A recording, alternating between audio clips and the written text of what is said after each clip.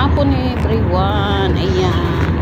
Papunta po tayo ng Tayuman. Ayan. Mayroon lang po tayong asigasuhin.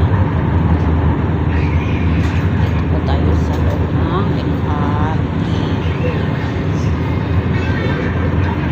napakaulan po. Ano namang napakaulan.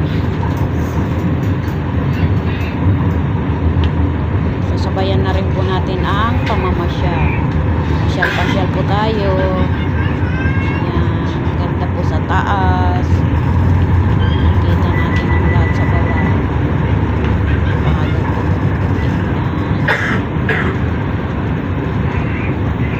Pero nung sumakay po kami, yung way namin na papuntang Tayuman, napunta po kami sa pinakadulong-dulo. Ibalik uli kami. Balik uli kami.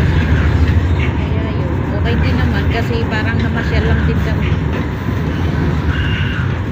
Bumalik din naman yung LRT sinakyan namin. Hindi na kami bumaba. Kaya yun. Pero diretso na rin biyahe.